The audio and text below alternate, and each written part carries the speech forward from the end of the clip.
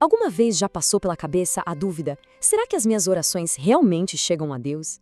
No dia 82, a gente vai descobrir como o povo de Israel buscava se aproximar do sagrado e olha que interessante, como Paulo e Silas enfrentaram uma oposição gigante simplesmente por pregarem sobre um outro rei.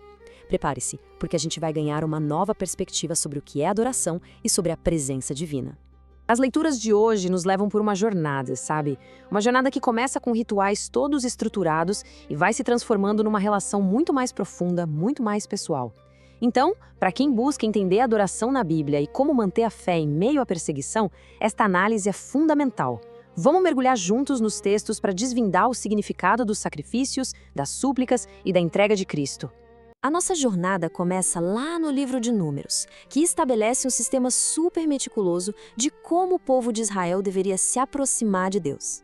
Era uma maneira de organizar a vida inteira em torno do sagrado, mantendo a aliança com ele sempre viva. E o que chama a atenção é a precisão de tudo. A vida deles era ritmada por oferendas diárias, semanais, mensais e anuais. Isso mostra uma existência totalmente centrada na lembrança e na adoração constantes, como um lembrete perpétuo da presença de Deus. Mas veja bem, o ponto crucial aqui não era só o ato em si. O que importava de verdade era a intenção por trás dele. Cada sacrifício era uma demonstração de obediência, de devoção, que, segundo a fé de Israel, era agradável a Deus. Era, no fundo, uma forma de dizer: nós te pertencemos. Agora a gente avança para o livro de Atos e vê como essa forma de se aproximar do divino evolui. A adoração sai do altar do templo e vai para a praça pública, e ali ela se torna um ato corajoso de proclamação que muitas vezes enfrentou uma resistência enorme. E aqui a gente tem um contraste incrível. São duas reações totalmente diferentes à mesma mensagem. De um lado, a hostilidade em Tessalônica, movida pela inveja. Do outro, a nobreza dos bereanos que investigavam as escrituras para confirmar a verdade. Isso mostra como a mesma palavra pode ser recebida de formas tão opostas.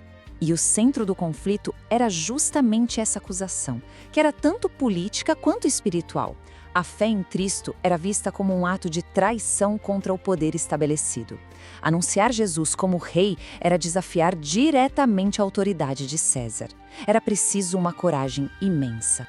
Bom, a gente passou pelo ritual organizado, pela proclamação pública, e agora a nossa jornada nos leva para um lugar mais íntimo, o coração. O Salmo 84 revela aquele anseio profundo e pessoal pela presença de Deus, aquela esperança de restauração depois de um tempo de distância e sofrimento, como o exílio. Este é um verdadeiro clamor por restauração. Não é apenas um desejo de cumprir deveres, mas de experimentar a presença de Deus que dá vida. É um pedido para que a alegria, aquela que só Deus pode dar, retorne ao coração do povo. O Salmo pinta uma imagem belíssima de um mundo restaurado, não é? Um lugar onde as qualidades de Deus, justiça, paz, bondade e fidelidade estão em perfeita harmonia. É uma visão de esperança, onde o céu e a terra finalmente se encontram. Então, como é que esses caminhos tão diferentes, os rituais antigos, a pregação ousada e o anseio do coração, se conectam? Pois bem, o Catecismo nos oferece a chave. Ele revela como tudo isso encontra seu cumprimento final em Jesus Cristo. O Catecismo explica que a vida inteira de Cristo foi uma oblação contínua, ou seja, uma auto-oferta constante para cumprir o plano de salvação de Deus. Desde o primeiro momento, a vida dele foi um grande sim ao Pai. E é por isso que todos aqueles símbolos do Antigo Testamento encontram seu verdadeiro significado em Cristo. O cordeiro sem defeito dos sacrifícios prefigurava sua pureza. O cordeiro pascal apontava para sua entrega redentora. Ele é o sacrifício perfeito que os rituais com animais apenas anunciavam de longe, a resposta definitiva para o anseio do coração humano por reconciliação. E o ponto crucial é que essa oferta foi feita em total liberdade. Não foi algo imposto, mas um ato de amor soberano pelo Pai e por toda a humanidade. E na última ceia, ele antecipou essa entrega voluntária, transformando-a no memorial do seu amor. Então, o que essa jornada toda, do antigo sacrifício até a cruz, significa para a nossa fé hoje? Porque, sejamos sinceros, muitas vezes a adoração pode parecer uma lista de regras, um ritual meio vazio, e a fé às vezes parece uma jornada tão solitária em meio à oposição. É tão fácil a gente se sentir desanimado com a rotina espiritual ou questionar se os nossos esforços são suficientes. A perseguição ou até a indiferença podem minar a nossa confiança, nos levando a duvidar da presença divina. Mas estas leituras de hoje são um convite para refletir sobre a natureza da nossa própria aproximação a Deus. As leituras de hoje nos mostram que a verdadeira adoração é um coração que busca Deus em todas as circunstâncias.